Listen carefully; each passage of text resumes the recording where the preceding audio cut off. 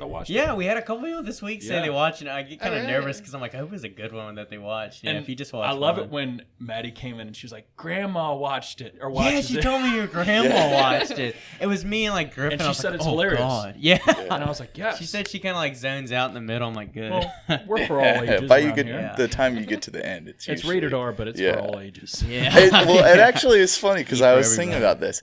It starts off a G, and then it goes to PG, and then PG-13, and usually We finishes weed 'em as out. R. Sometimes quickly it goes. We weed them out. It jumps from G to Did you get me a card? straight up there. A card. You're asking the question. You know the. Oh, yes. Okay. Got the one We're in the back rolling. pocket. Oh, We're perfect. good to go. Introduce the show. Let's go. Yeah, I'm about to. What is up, everybody? This is the All or Nothing Show. My name is Austin. I'm the host, and I got the two boys with me today, Brock, Griffin, pointed at the wrong ones. We got a special guest today, Sarah Buckley. Hi. What is up? Thank you for coming out here with us. Look forward to diving into some questions, but what we usually do is we start the show off with a quick sip and review right off the head of our energy drink for the day. So, Brock, what'd you give us? We're going with Bucked Up, which we've done the last 2 weeks, and this week is a blood raz flavor, which I almost don't know how to describe. I think of it like a fruit punch with some like blue raz type zip on it. Yeah. But I don't even know if that's accurate, you know? So you guys can tell me. I know you guys have both had it, right? Punch. It's not really fruit I swear punch, I haven't though. had it. I don't know what to call it. Maybe if it was coffee, I could describe it. Yeah, let's crack. Let's go. Sarah, do you usually drink energy drinks? I do. What's She loved the what's rocket your pop. caffeine preference? My caffeine. Look at coffee. this No. one. Black Why is coffee. mine like foaming? I shook it. Yeah. You're No, welcome. I'm just kidding. Yeah, let's get that sip in.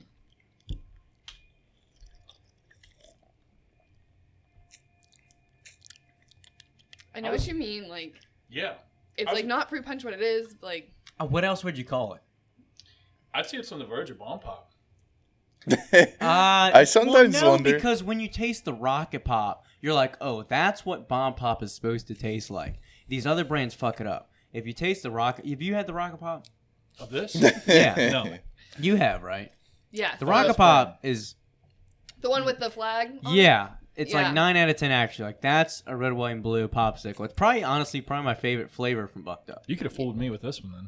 This one is If you'd pretty have blind good. tested. I feel like we've done so many brands and flavors. It would be fun then to start doing it blindfolded and seeing like Name what we out think the which flavor brand it is, is. and then being like, oh, Yeah. okay. I don't think I'm that good yet, but We I can should tell. almost get If like. you give me a Jocko, I'll nail that pretty quick. Oh yeah, we should almost get 3 like brands, same like supposed flavor, and like pour them in a cup. So we each have like smaller Dixie cups or whatever, and like rate them from there. But I also feel like people like hate our energy drink reviews because they take up the first like 15-20 minutes. So let's get to the nail point it with out. this. So we rank 0 to 10. You can do decimals, and I'm gonna go 7.6.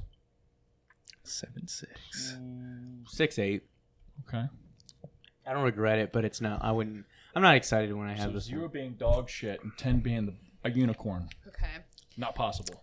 I would say like Bless your Maddie. probably 7.5. Okay, nice. I think it would be like a 6. Yeah. Solid A 6. 6. No point. Yeah. No, we'll take it. Nice. Hell yeah.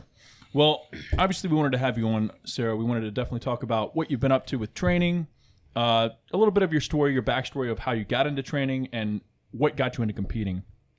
I guess a great question to start off is a brief overview of what got you initially into that first step of competing. Obviously you were working out, but what got you like that itch to compete? And if I want to interject a little bit. Yeah. A little background about Sarah. I mean, I'm sure she'll describe herself, but we kind of just said, here's Sarah Buckley. But she's a local competitor here. So she competes in NPC bikini division. So we all thought it'd be a great idea to get a female's perspective, especially since competing is kind of a realm that we've all kind of done for the most part. But as far as to the level that she has competed and kind of where she plans to go, we thought it'd be interesting. Yeah. Not to cut off your question. No, for sure. But now you can kind of carry on. What was the question? What, I'm a dickhead on this thing. well, I see you completely ignored my I'm I'm question. going to What got let you you into training, finish, right? Well, but pretty much what got you into the Yeah. first itch of Pulled a wanting to Kanye. compete? Obviously, I mentioned she competed. Yeah. And she had been training. So what got you into competing to begin with? I'll shut up. There you go. Okay, well, so I'd always done sports and everything, and I've started getting into the gym in college, my last 2 years really, and I saw my sorority sister, who's actually my best friend, Casey Wilson. She was competing, so I saw that, and I saw bikini is kind of, it's like a pageant for strong girls in my like best way of describing it. So to me, I thought it was beautiful that you see these strong women going on stage and showing off all their hard work. So I saw that. I saw my sorority sister doing that, and then I don't know. I've been watching it for a little bit, and I saw she was doing it, and It was interesting. Yeah, it just intrigued me. It was different, and then it gives you that like what's the word? Like, do you want to go get a goal kind of thing? Yeah, it kind of sets, I guess, a clear path. Yeah, For sure. So I don't really have a big crazy And it's story. still, to me, it's like, it seems kind of like, I don't know, to the average, I feel like female, it's a little bit more of a feminine like aspect or view of lifting, you know, especially if that's like the first thing you see of lifting. Because like you said, you know, you're into like athletics and sports, and then obviously everyone knows like the cardio bunny kind of lifestyle. But I feel like that's a division where people, I feel like, can fit in somewhat relatively quickly once they get into training versus, you know, some of the more tougher divisions as far as like muscle mass, like physique or things like Maddie's trying to get into. It's like you gotta like build on that for like years before you can even really get on stage. Yeah. So it's like, you know, for men jumping right into like open like heavyweight bodybuilding if you're like $160, you know. But I can see where, you know, this is just my perspective being a guy, is, you know, when you're lifting, when you started lifting and you were trying to find maybe your place, and it's like, well, I don't want to just get into like a beauty pageant. Not to say you were, but like a beauty pageant is like literally you just put clothes on and just walk out there kind of deal. Yeah. You get judged. And this is an area that you're able to show off your physical capabilities and your physique, but also, you know, go in for the beauty aspect as well and aesthetics for sure. So I don't know, it gives that niche. yeah, it's a good Got point. it. Had you followed any sort of bodybuilding before you knew Casey?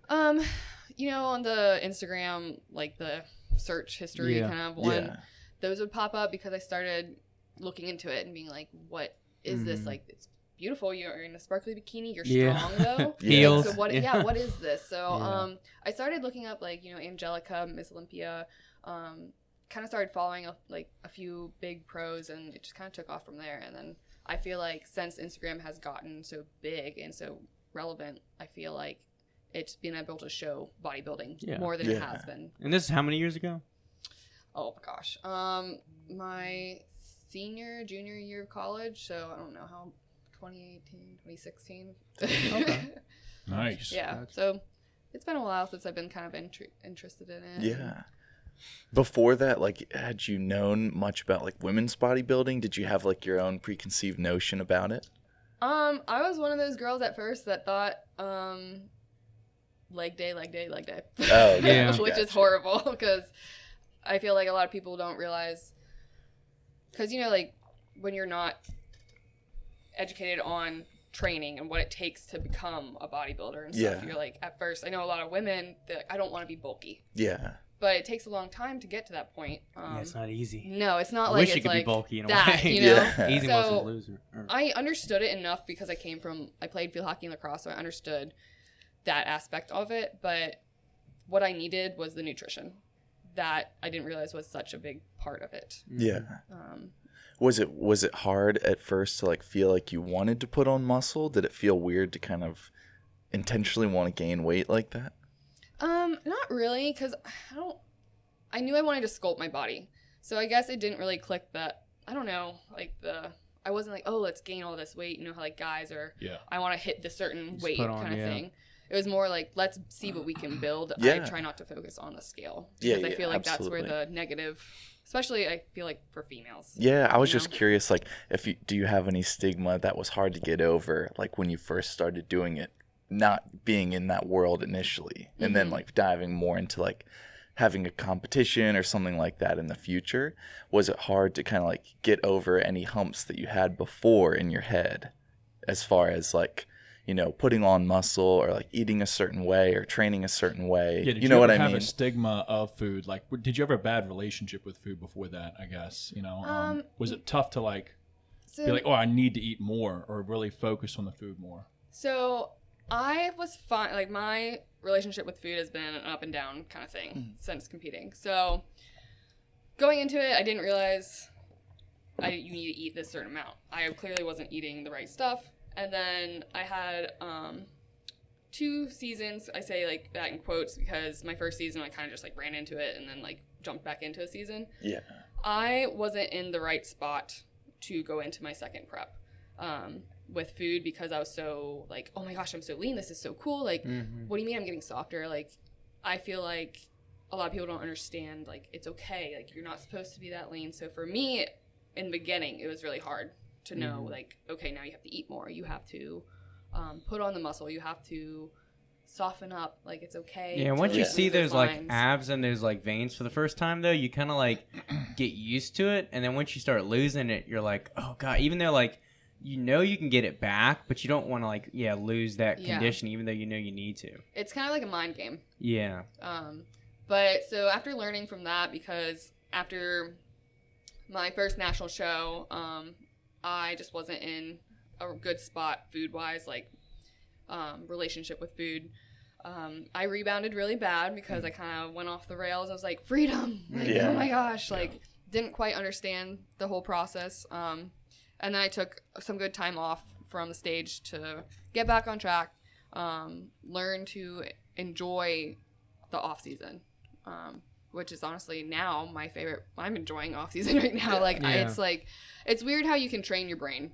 And just with experience, I think too, it's like now you know a lot more about. I've heard you talk about like reverse dieting and explaining to people like the benefits and things like that. I think it's a drastic contrast to kind of like you said, that first kind of show rebound. Yeah, it's definitely a learning experience. Each prep is different. Each reverse is different. I feel like, I hate to say this, but like I feel like almost you have to go through that horrible rebound to understand the importance of reversing. Yeah. Because after that, this off season, I've nailed my reverse. I have a great relationship with food. I'm in a good spot right now. Yeah. So one question I had was, what was your experience with your first show like, as far as like nerves, as far as the prep, as far as things that maybe you did that were very stupid, or things that went very successful considering it was your first show? So my first show, I kind of just like jumped into it. It was in August, right after I'd graduated, and I'd been talking with Casey about competing. She gave me her coach's number, which is still my coach, and it was hard because I don't think you realize the dedication these athletes put into it, not just with training, but their food, their sleep schedule. And, it was hard for me because I know I wasn't as strict as I am now with my diet on prep because I didn't understand it. And you're like, oh, like one cookie here isn't going to do anything. Yeah. So it definitely, I feel like jumping into it, I feel like now you should take a little time to learn the eating process and everything and how important that is. And your coach is going to know if you have a cookie here and there, it's going to show on your physique. And then getting on stage, honestly, it's like weird. It's more like adrenaline. It's not nerves. I don't know if I've ever been nervous to get on stage. It's more like, all right, let's go, like kind of thing. Yeah. Was there a certain point, like when you first started doing that, was there a certain point that you felt like you kind of caught the fire of doing it? Or was it kind of a grind the first show that you did and then after having a bad relationship with food, did you kind of feel like, okay, this isn't for me? Or did you know that that was something you wanted to do? I've always known I wanted to do this. Yeah. So the moment you step on stage, like you either love it or you hate it. And I fell in love with it that moment my heel stepped on stage. So I've always known whether you take a year or 2 off from the stage, it's going to be there. And I know I want to keep returning to it. So that's kind of where I'm at with that. I think that's a good way to put it, because I know when I got on stage, and maybe Austin, you can relate to this, because I know we talked about your experience with like stepping on stage. Is like when I got up there, it wasn't like the inverse per se, but I kind of, like you said, like in no negative feelings towards like the sport, because I love watching the sport and I love like training on my own physique. But I knew that like getting on stage and competing against other people, it just wasn't that exciting for me. Like the event itself, like the process and pushing myself, I loved. But then the actual like day of posing and like I'm sweating off the tan and everything and all that, all that going on. Lights are bright. I don't know. It didn't excite me. I was almost like ready for it to end as soon as I almost got on stage. And so, I don't know. I thought that was interesting. What was your experience like, Austin? I definitely agree. I agree that for me personally, like I had to force myself to learn the routine. Yeah. Like I wasn't excited to do that for my posing routine. Just posing in general. I mean, I enjoyed that, but like in front of the mirror and like, I was like, man, I look great. I enjoyed it. But then like when I got on stage and like, you can just feel like the judging going on, and then you're having to remember. You can just have to remember your routine and like, breathe, smile, and it's like rushed, like very quick. And it's like, damn, I did all that 12, 14 weeks for 30 seconds of just like, hey, all right, see y'all. No other chance to like, if you messed up this or didn't hold that or might have like, it's just. What does it feel like on the day of to feel like, okay, this is the day that it's all kind of been about? Honestly, excitement. I was excited.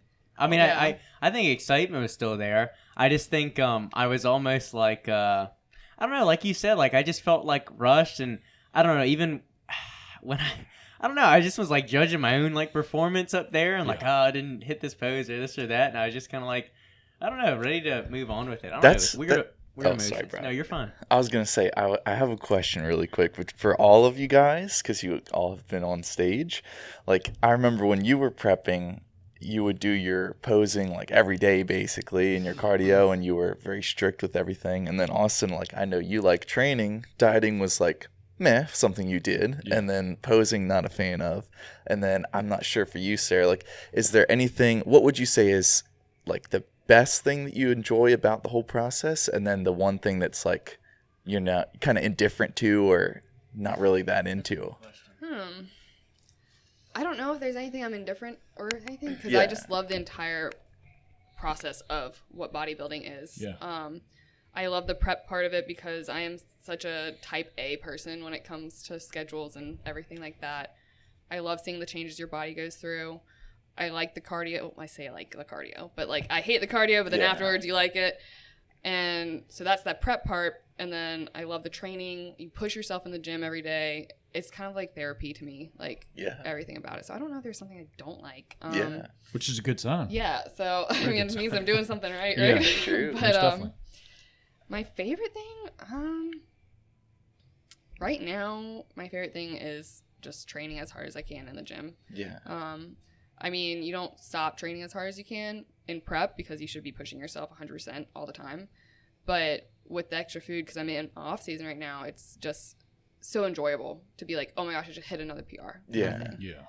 One question I had was, and I've asked this to like Maddie, I may have even asked it to you at some point, is like, how do you feel about how, I think it's pro and con, but how I feel like bikini competitors are kind of capped at the muscle they can put on before they kind of have to move up. Because I've heard some competitors that like Maddie showed me, they're like, yeah, she had to move out of bikini because they said her quads are too big. Or, I've seen a competitor there that just didn't train legs but like once a month because she couldn't, get them any bigger, or she'd get penalized in the judging.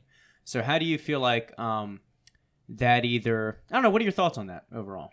Like fitting into a certain category? Yeah, do you ever feel like, I guess it like caps you off? Are you ever thinking like, hey, at some point I'm going to meet like a barrier to where I can't get any bigger, or it's going to like hurt my scoring? Yeah. Do you ever think about that long term, I guess, is like? I don't really think about that just because I feel like each division is growing. Yeah. However, they are trying to make sure that bikini stays within that range. I do think it's great that they're including more divisions like wellness for girls who have the big quads. Okay, like, do you want to train down? Like, and that's kind of frustrating. I would be frustrated. For myself, I don't see that me growing out of bikini just because I am a petite person, and I love everything there is about bikini. But I don't know if that answers your question. How do you? That answers it. Yeah. Yeah. Right. I think I asked you this before, but how do you feel like? Do you ever think that there would be a point in time where like your own personal physique goal is different than what the judges might want, or like does that ever? That's better, kind of like what I was trying to ask, I guess, in a way. Yeah. So I love what they want in bikini.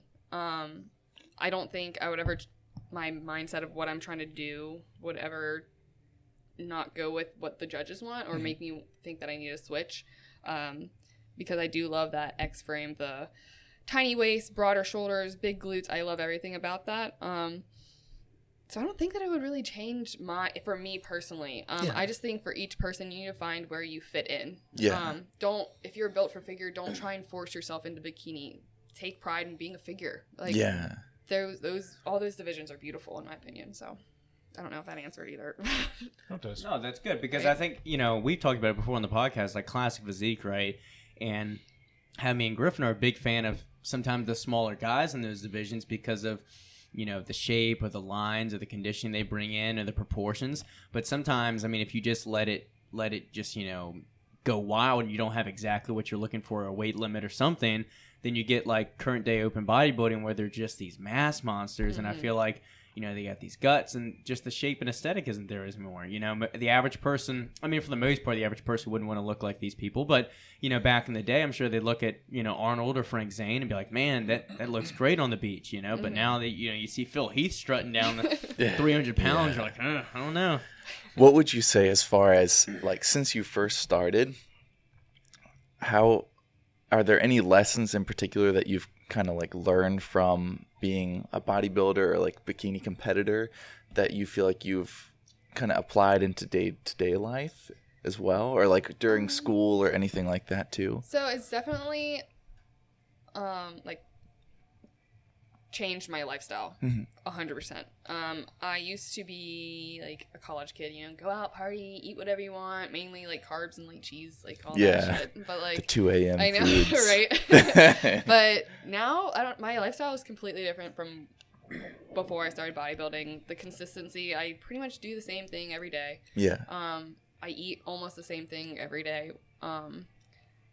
Maybe like that's boring to people, but to me, it's helped me achieve things. It's helped me with time management. It's helped me with work, like knowing, okay, like time management with nursing, it's a big thing. So that in bodybuilding and consistency all kind of like have helped me be a very organized human, which I love. I think more people need to get used to monotony.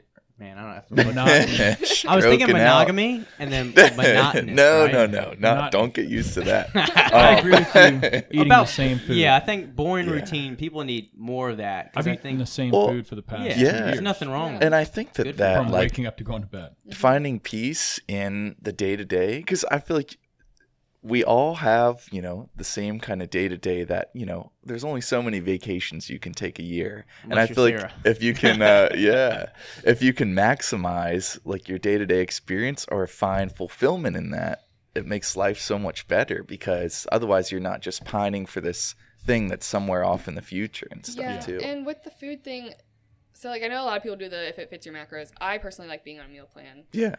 There it is. Every episode. Voice crack. But I feel like it helps like you not view food as a pleasure thing. It's more of this is going to fuel me to help me get through my day and to achieve these certain things, which I think is a big problem for a lot of people. They view food as more of a like, I don't know. The next high. Yeah, absolutely. Yeah, right? so. What would you say, are there any challenges that nursing brings, like with bodybuilding, as far as being able to get your meals in when you're on shift? Yeah.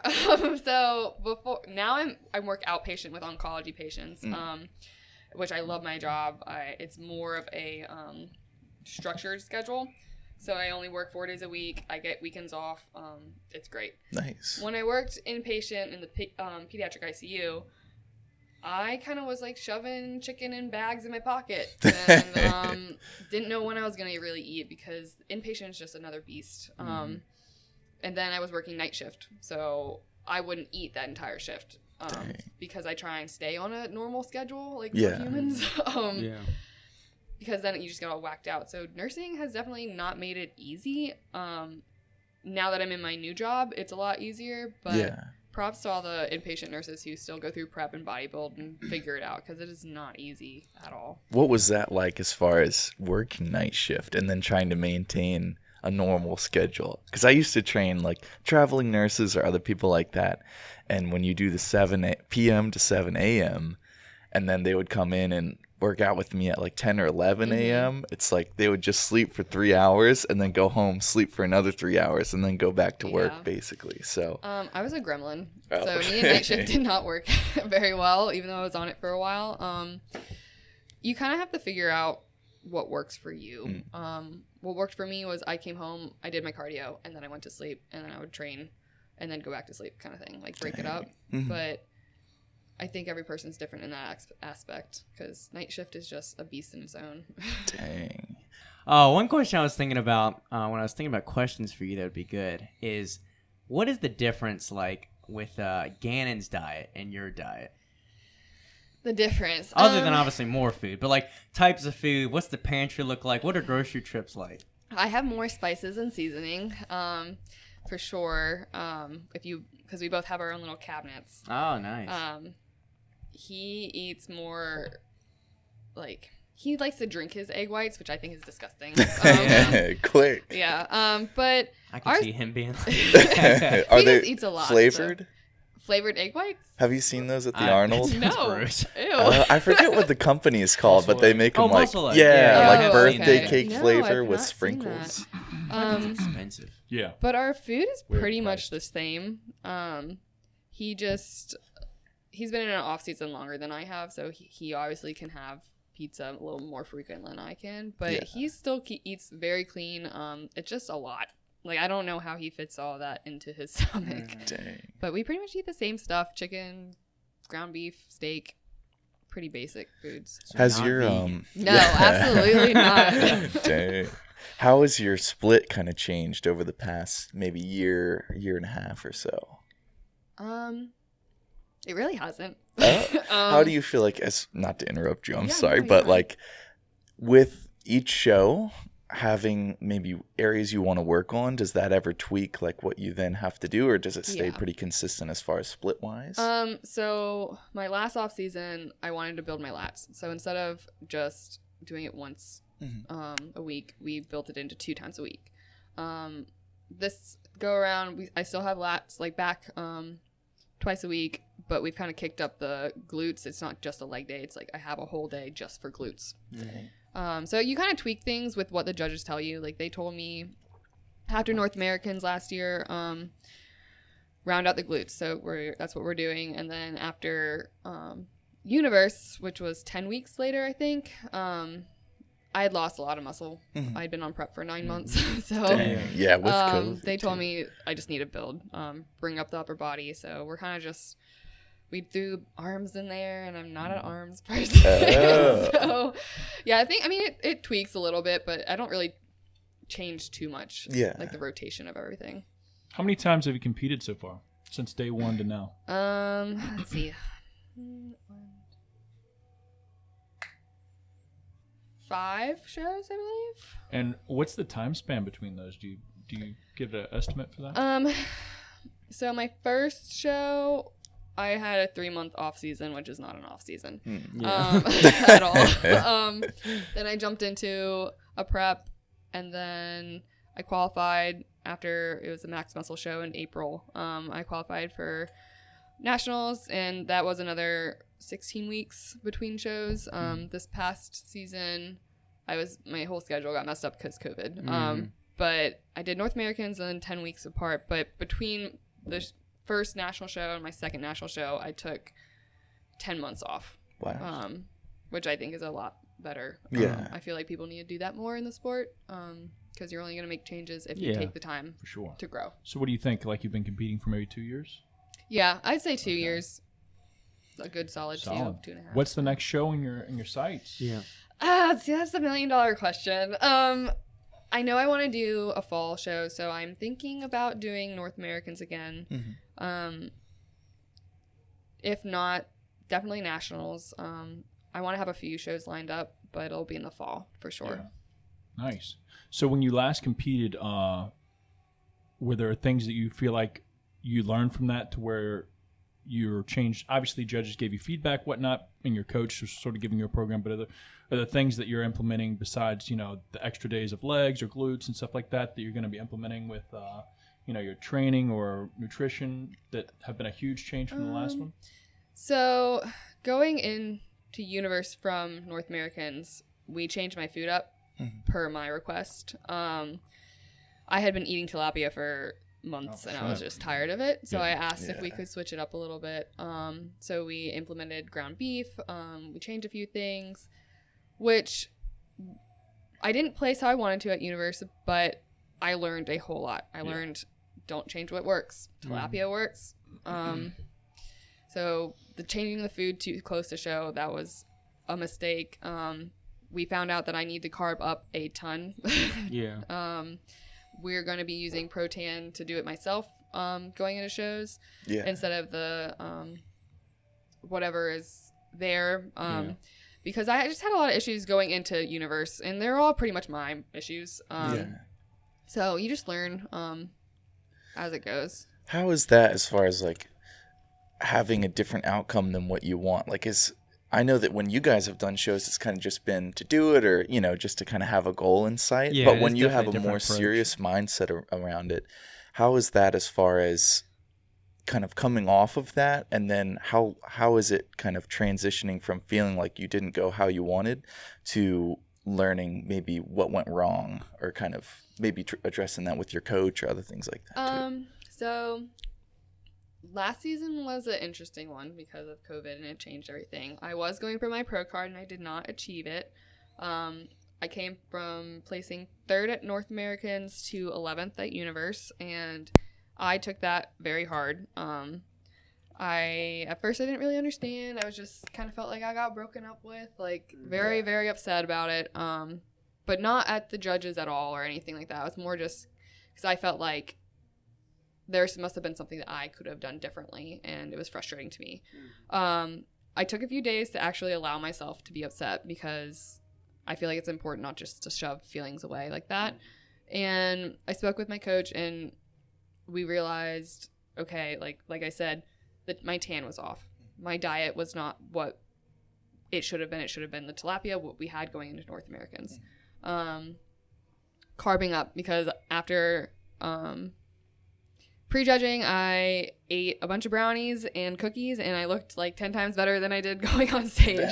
So I think I don't know if I'm just rambling now. No, I think it's good. I think basically just taking a more solution-based approach and looking at it objectively is a better way than just soaking in a pity party and things like that. Yeah, allow yourself to have those feelings, because if you don't, then you're just gonna. And I think it's a good mindset to where, like, most people, or not most, I'm sure a ton of people are like, oh, those judges didn't know what the fuck they were doing. Yeah. And you took, not to say it was all your fault, but you took self-responsibility and we're like, hey, these are some decisions that we messed up on, and took it inner, and we're like, all right, well, at least I know what needs to be changed or brought back, and just didn't say, oh, the judges sucked, that show just sucked, blah blah blah, because I do hear that from time to time, and that could be the case. I'm sure some things are political, but it's like, at the end of the day, it is what it is. It is what it is, and most of the time it's self-responsibility that needs to be made. And I feel like a lot of the times it's easy to be to blame someone else, but what a lot of people don't realize is, in a national show,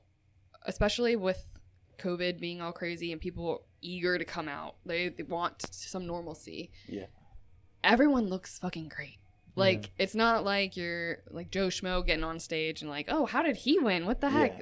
Every girl looks great. So I would not want to be a judge, because you have to pick a winner. You have to place people. So I meant to ask you this. What was your gym situation like? So when gyms closed down, I was very upset. Both Dana and I were like, what are we going to do? But I lucked out because my parents have a very, very small basement gym, like a treadmill, a squat rack, like the very bare minimum. So that's what we did. Nice. They had a barbell and everything? Mm-hmm. So, nice. Yeah, my dad not was too like, shabby at all. Thank you. No, not at all. I mean, it's definitely not here, which we love coming here, but... Thank you. Yes. That was going to be one of my questions. How has Iron Built Gym transformed your physique? Let's get a member testimonial. Snippet taken out. Yeah. But yeah, we definitely were blessed in that aspect of we had my parents' gym to go to.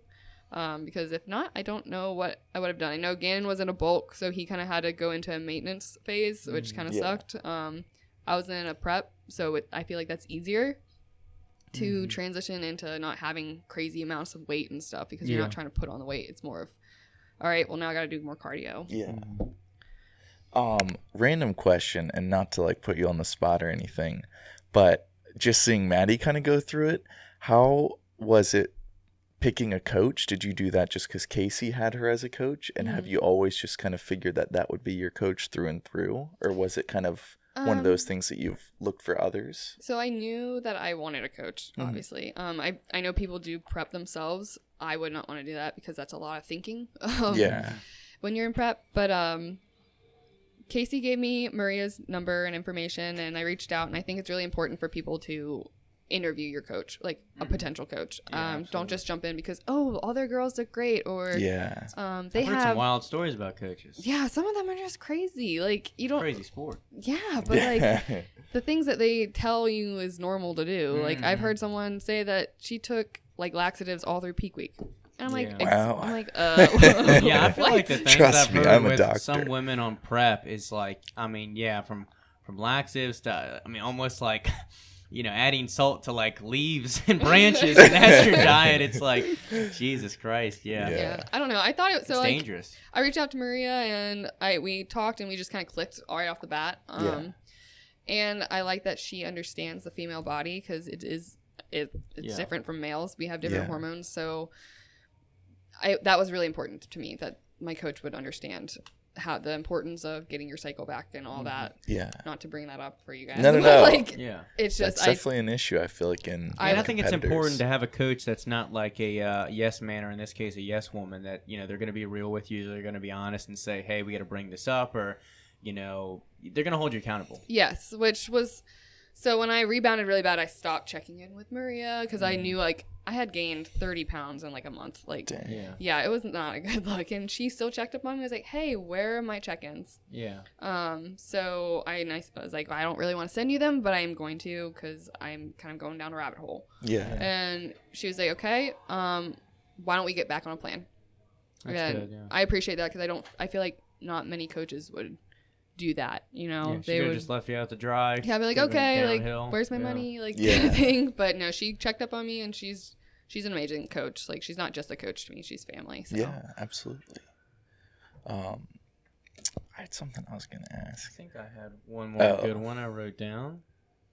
What are your kind of like? I mean, we talked about next show you plan on doing, but how far do you plan on, I guess, taking this, or like, what are your final aspirations? Is it to be like a Mr. Olympia, or would be Mrs. Olympia, or maybe Mr. Olympia, or like, you know, is it just, you know, be IFBB Pro, compete there? Like, how I guess, where do you see yourself currently today? Like, how far take it? Obviously, plans change, things happen, but so the ultimate goal would be to be Miss Olympia. Yeah.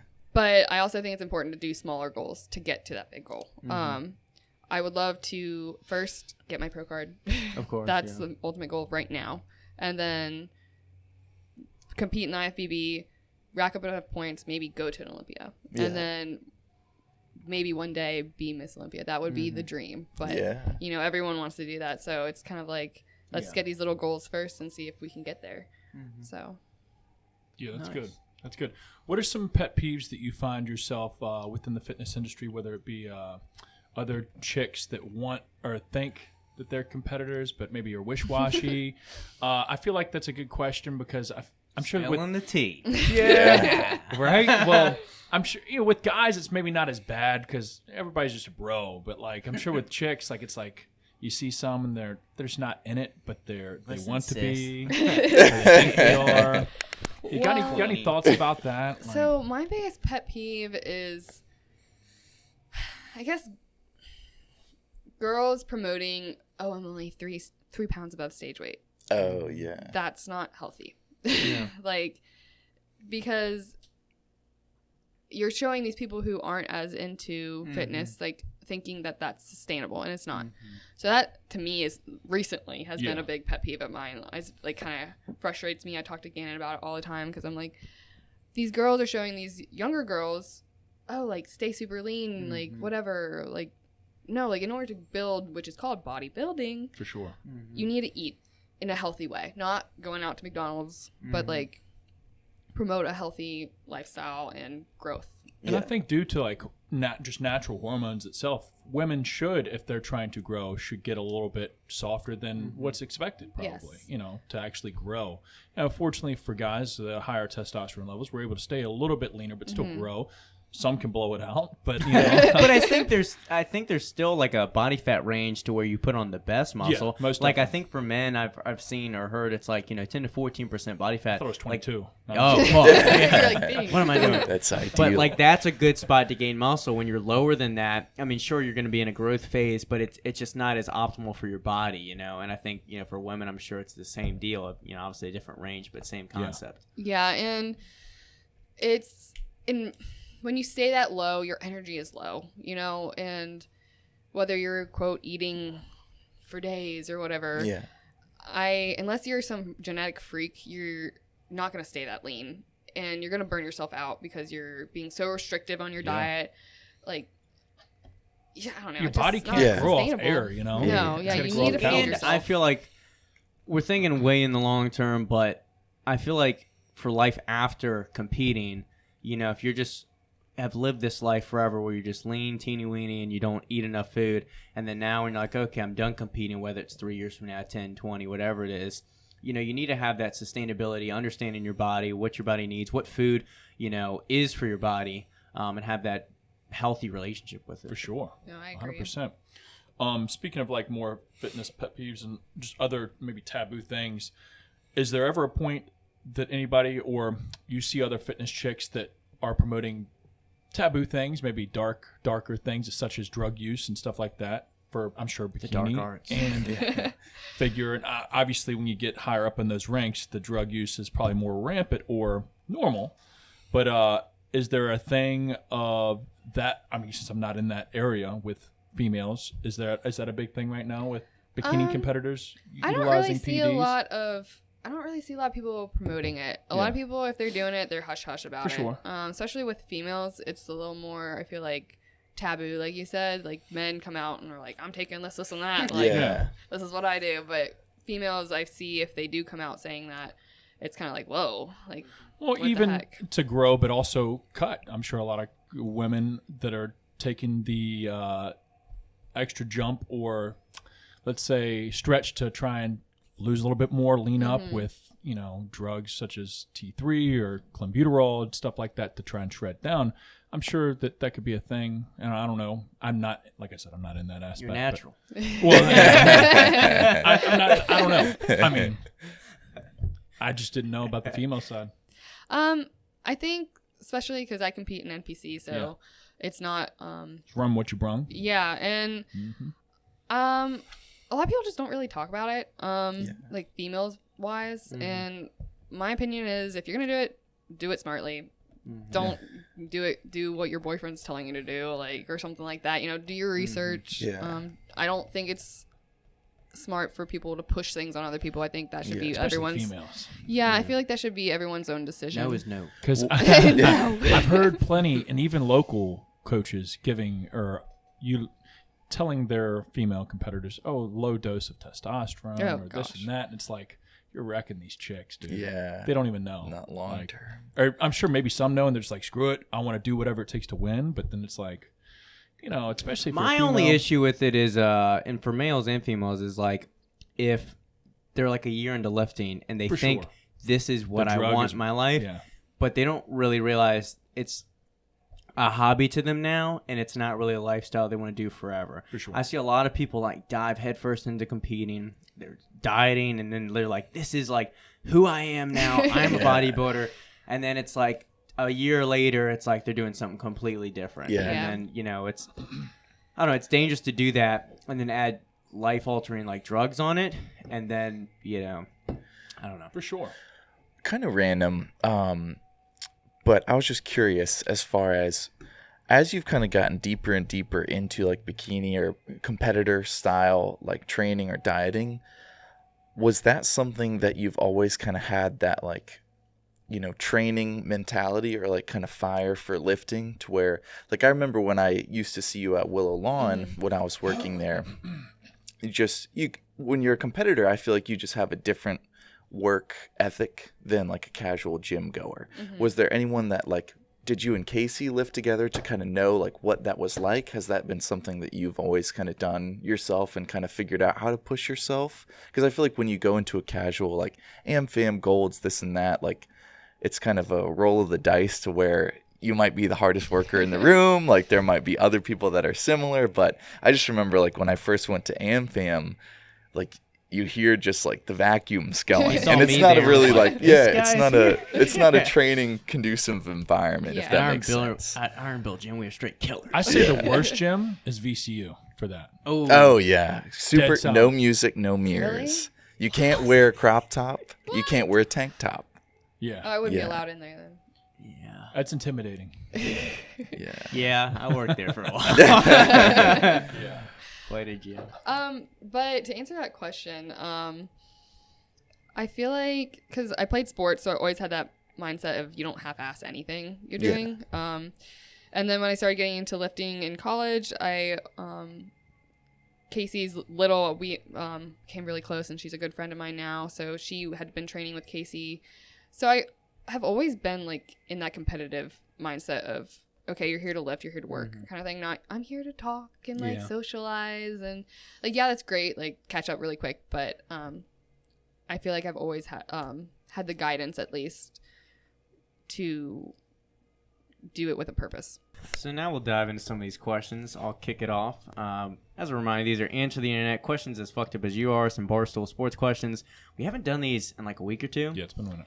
But we're back with them since we have a guest. So, first question, Answer the Internet. Would you rather have to watch sports or porn upside down for the rest of your life? So it's watch sports upside down or watch porn upside down. Yeah, for the rest of your life. Or watch sports upside down. I'm going to do I porn. don't watch sports. I don't watch that much sports, but it would ruin the experience. I wouldn't even watch it. So I'd rather watch porn upside down. Okay. Yeah. Nice. I don't watch sports. I'll say sports. All porn. Sometimes, yeah, all porn. Porn Plus, only. sometimes, Maddie and I will joke about it because we don't watch like the crazy fucking wild shit.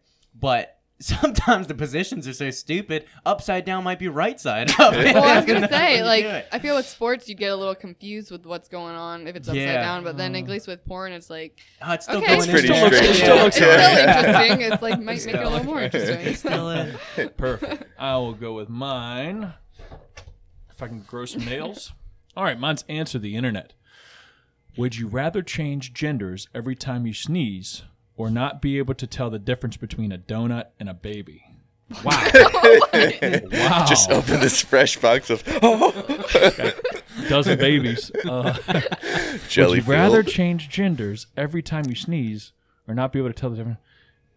Honestly, I think it would be fun if I sneezed. Because I sneeze quite often. I'd probably do the sneeze, I'd but do the sneeze. I'd hate it though if I did like a 3 sneeze. Oh yeah. Oh Big yeah, you're sneeze. stuck like And that. then I'm like, give me a feather, give me a feather. Yeah. And I'm sure I could make myself sneeze if I wanted to. Because I don't want to change. start like licking or chewing on a baby. Yeah, No. that's true. I would never eat donuts again. Like if you can't tell Yeah, the difference, you're like, let me heat up this donut real quick. it's like that shit where it's like the big conspiracy thing where they're like using baby blood and shit like yeah, that. yeah. gosh. Dang, Austin's red pill. Yeah. Yeah. So I'm definitely Austin, were going. you at the Capitol on Wednesday? He was out of I'm town. changing genders every time I sneeze. What about y'all? I think I agree Yeah, with I'm that. good. Yeah, I would Yeah. do that I don't too. want to accidentally eat a baby. Yeah. Well, Imagine though you're on the beach, the sun Oh, makes you fuck. sneeze, all of a And then sudden. you're topless. God. Yeah. Oh shit! Tits are out. Take a look. Oh yeah. Okay. All right, go ahead and dive in. Okay. Mine says, answer the internet. Would you rather have all music or all TV be in Spanish? Oh shit. Probably TV. It You'd would make rather- me be more fluent, I feel like. I think I would want music to be all in Spanish because I already listen to Spanish music, so I love it. I do music because the older I get, I don't know. I feel like listen to music nowadays during workouts, and with that, half the time I'm not really listening to the words. Yeah. I just need like the energy and the vibe and the beat. So I'd rather probably go with that because when I'm watching a movie, I'm like more intent Well, I on wanna like know what's what's going on, Yeah. yeah. So no subtitles at all. So he would be listening to Five Finger Death Punch in I Spanish. You're I gonna mean, add some like yeah. Bangladesh As if shit it on wasn't there. bad enough. Fuck. Yeah, I could imagine like that deep like yell from whatever that guy's name is. Yeah. Yeah, it would almost sound goofy. I'd hate to commit to it, but I'd probably do TV. Yeah. Yeah. Because Yeah. I do like my music that I can understand. I always- So you actually listen to lyrics? I'm a lyric Yeah. type guy too. He's a deep guy. Yeah. I always feel like though people say that they learn English from watching English TV. So I feel like if I wanted to hear something in Spanish, it would help me at least like learn conversation or like the tilt of your voice in Spanish. Whereas music, it's a little bit harder to like understand that. Yeah. And I feel like it would just really annoy me if I had to listen to like try to get in the zone lifting and be hearing Spanish music. And I couldn't imagine normal music with like Spanish. Yeah. We're not saying normal, but like this is the music we listen to now being in Spanish, like especially my music. Yeah. Yeah. But Screaming sounds the same. well, Or it might that be Spanish twist to it. instead of a Yeah. You remember your question? Yeah, so this was from the Real Bodybuilding podcast from Fuad. Would you rather lose the ability to get a pump or the ability to get a boner? Or female equivalent. I was like, Yeah. well, Maybe no clit stimulation. I don't know. I don't know what that would. That's tough, man. Because Because lifting with no pump is like, it's almost the equivalent of a wet noodle. Yeah, it's like, Yeah, that's true. But yeah, no boner is not a good way to go either. I don't know, man. It's like might as well die. He said a long story. You can Remember see he the, said he like, was a wheels deep turning in thinker? his head. Yeah. Might as well I'm die. definitely keeping the boner and giving up the pump. I just have to find something new to do. Maybe I'll just be a runner. Maybe I'll just go with that line. I think I would give up the pump too. Yeah.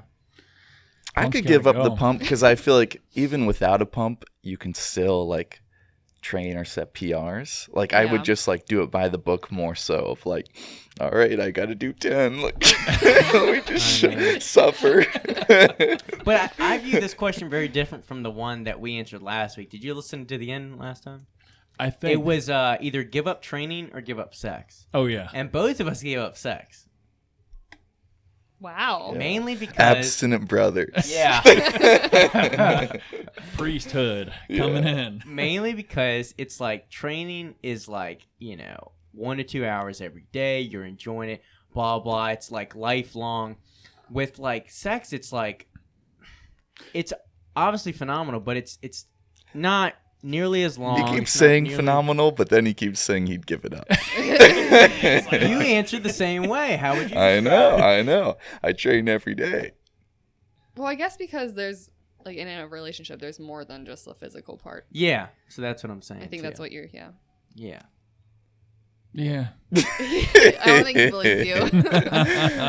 When you know, really man. think would- about it. I would hate to be asked that question again. That would be another die. Third answer, die.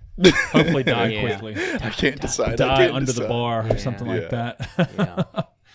But yeah. That's funny. Anyways, that's to wrap up this show. Thank you for coming out, Sarah. You're welcome. Yeah. Thank For you real. for having me. And good luck to the future shows and endeavors that you got going on. Thank you.